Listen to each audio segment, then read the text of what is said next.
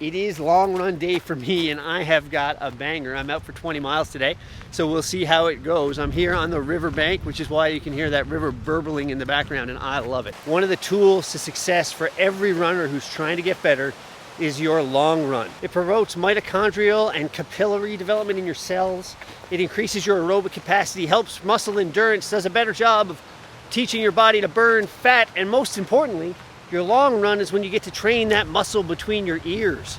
You get to know what it feels like to be out for a long time, to simulate some race conditions. How do you get the most out of it? Well, here are your top tips. Number one, slow down. Just take a breath.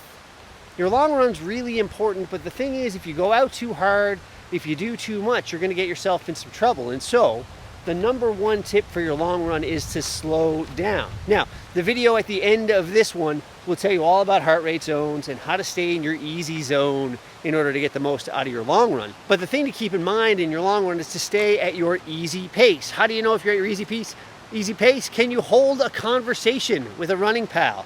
That means your heart rate is low enough that you're probably in your easy zone. So that's my number one tip. Slow on down. Now look, if you want to take the guesswork out of exactly how long your long run should be, no problem. Our Run Experience app has you covered. All of our programs from 5K all the way up to marathon have got your weekly mileage broken down. It'll tell you exactly how far and how hard to run every day of your training cycle, including on long run days. Tip number two is you gotta go far enough, but not too far. Look, the thing about your long run is that it's gotta be long. How long? Well, ideally, it's 25% roughly of your weekly mileage. So if you're running 40 miles a week, well, your long run should be about 10 miles. The reason that's important is that you want to be able to teach your body and your mind to run long enough to learn something new than you run in your normal hour-long runs or whatever you put in during the week. So make sure you're in that range, but don't go too long. What we don't want to do is get into a position where you're risking injury. You want to go long enough to get the best benefit for your time, but not so far that you're going to increase your chance of injury or to strain those muscles in a way that you can't recoup. You're looking for the best physical adaptation and the best mental preparation you can find for race day. Number three is about fueling. This is when you get to practice everything about race day is on your long run.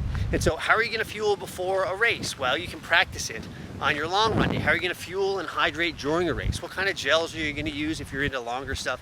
What kind of hydration are you going to use even if it's shorter things? This goes for kit as well. Try out those shoes. Get the race kit ready to go. Know what you're going to wear and how it's going to feel, what you're going to eat and drink and how they're going to feel.